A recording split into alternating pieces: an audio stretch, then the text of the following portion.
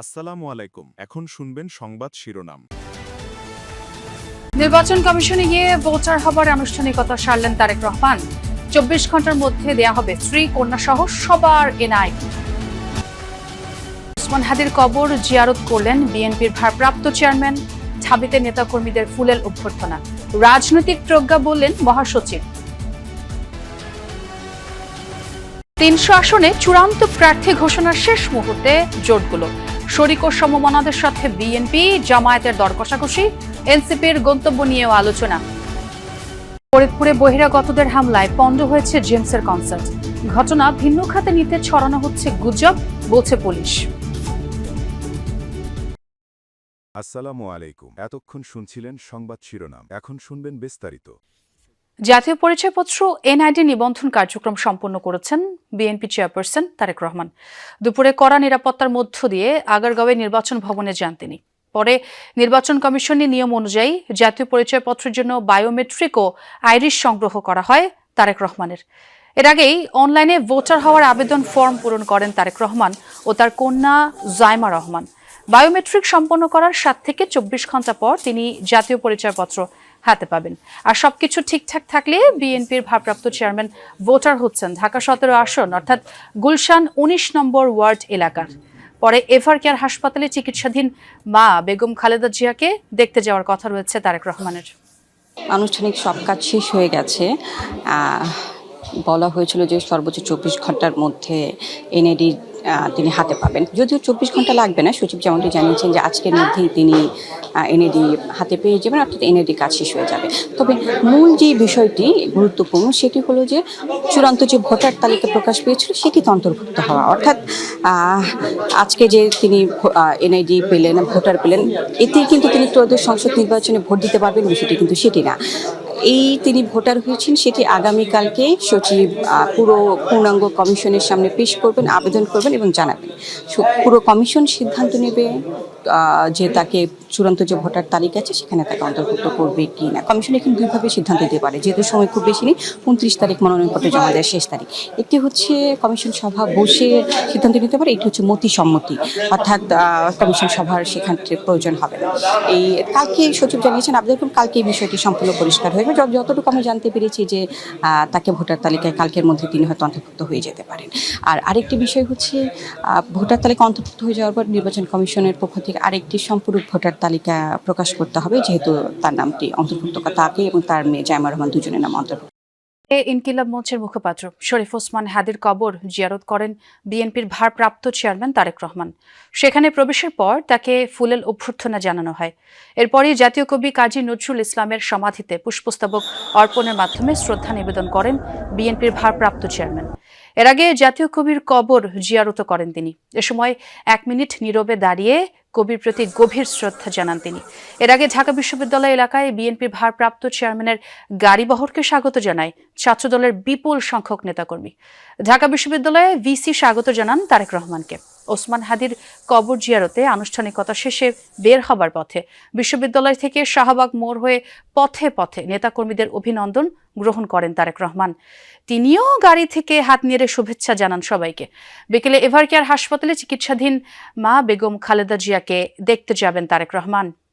ইনকিলাব মঞ্চের মুখপাত্র ওসমান হাদির কবর জিয়ারতের মধ্য দিয়ে রাজনৈতিক প্রজ্ঞার পরিচয় দিলেন বিএনপির ভারপ্রাপ্ত চেয়ারম্যান তারেক রহমান। সময় ফুরিয়ে আসছে, কিন্তু এখনো চূড়ান্ত হয়নি কোনো দলেরই 300 আসনে প্রার্থিতা। মনোনয়নপত্র দাখিলের আগে শতভাগ চূড়ান্ত হবে কিনা তাও নিশ্চিত নয়। নির্বাচনী আসন সমঝোতা নিয়ে অসন্তোষ আছে বিএনপির শরিফ দলগুলোর মধ্যে।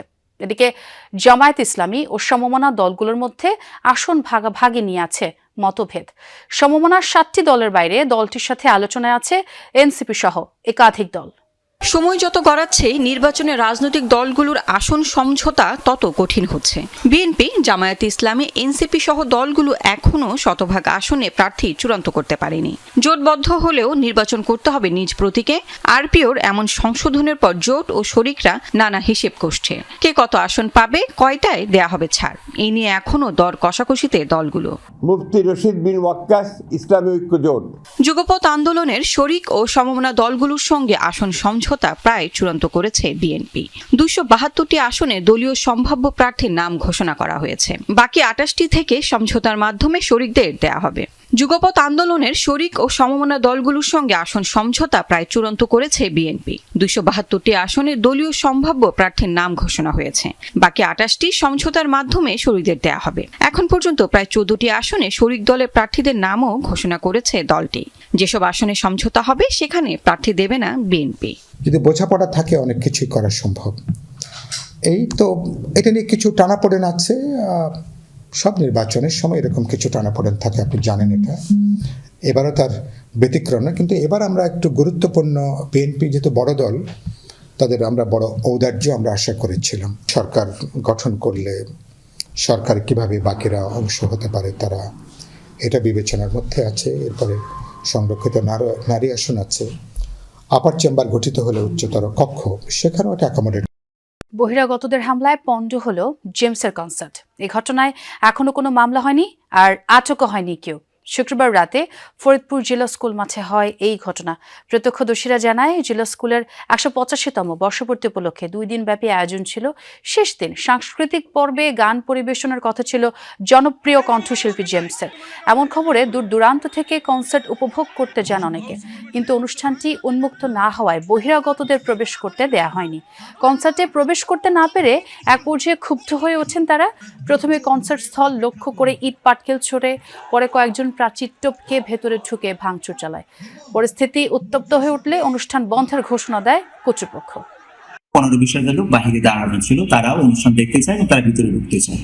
তো এই বিষয়টি নিয়ে যখন কনসার্ট শুরু হবে তার আগ মুহূর্তে ধাক্কাধাক্কি শুরু হয়। এই বিষয়টিকে কেন্দ্র করে আমরা আজকে যেটা দেখতে পেলাম, মিডিয়াতে কিছু অপপ্রচার হচ্ছে, টোটালি গুজব এবং এটা প্রোপাগান্ডা এবং দেশকে অস্থিতিশীল করার একটা চক্রান্ত এবং ষড়যন্ত্র বলে আমি মনে করি। তো কোনো মামলার ঘটনা ঘটেনি আমরা যতটুকু জানতে পেরেছি। আমি যদিও এখনো যে ঘটনাস্থল, যেই ফরিদপুর জেলা স্কুলে রয়েছি, এখানে আয়োজক যে কমিটি, সেই কমিটি কিন্তু ভিতরে একটি মিটিং করছেন এবং মিটিং তারা শেষ হলে হয়তো বোঝা যাবে যে তারা আইনগত কি পদক্ষেপ বা ব্যবস্থা নেবেন পরবর্তীতে। আর আমি পুলিশের সাথে কথা বলেছি, তারা যেটি জানিয়েছে যে তারা কাউকে আটক করেনি, কারণ রাতে, আপনি জানেন যে ঘটনাটি রাতে এবং বেশ কুয়াশাচ্ছন্ন ছিল। তারা আসলে পরিস্থিতিটি স্বাভাবিক করার কাজেই ব্যস্ত ছিলেন এবং এই ঘটনায় যারা আহত রয়েছেন তাদেরকে চিকিৎসার ব্যবস্থা, সেটি একটি বিষয় ছিল।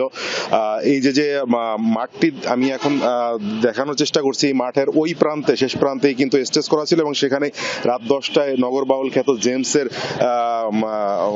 গান পরিবেশনের কথা ছিল এবং তিনি ফরিদপুরে এসেছিলেন সন্ধ্যা 7টার কিছুক্ষণ পরে যতদূর জানতে পারি। এবং এই স্কুলের পাশেই যে সার্কিট হাউস রয়েছে, সেই